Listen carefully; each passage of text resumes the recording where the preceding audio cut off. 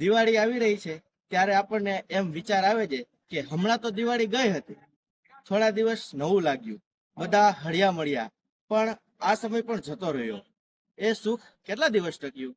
માટે અંતર્મુખ થવું ખૂબ જ જરૂરી છે, જે નિયમિત સત્સંગ, વાંચન, મનન અને નિધિધ્યાસન દ્વારા પ્રાપ્ત થાય છે. ભગવાન સ્વામિનારાયણે વચનામૃત વરતાલ 16માં કહે છે કે અમારે તો નેત્ર મીચીને ભગવાનની મૂર્તિનું ચિંતન કરીએ, એમાં જેવું સુખ છે એવું સુખ 14 લોકના રાજ્યને વિશે પણ નથી. અને ભગવાનના સુખની અંદર જેવું સુખ છે એવું જો 14 લોકના રાજ્યને વિશે સુખ હોય તો સ્વયંભૂ મનુ આદિ જે મોટા મોટા જે રાજા છે એ સર્વે રાજ્ય મૂકી અને વનમાં તપ કરવા શા સારું જાય? આ સમજાવતા શ્રીજી મહારાજ આપણને કહે છે કે 14 લોકનું રાજ્યનું જે સુખ છે એ નરક તુલ્ય છે, અને આ બ્રહ્માંડને વિશે જે વિષયનું જે સુખ છે એ નરક તુલ્ય ભાસે છે.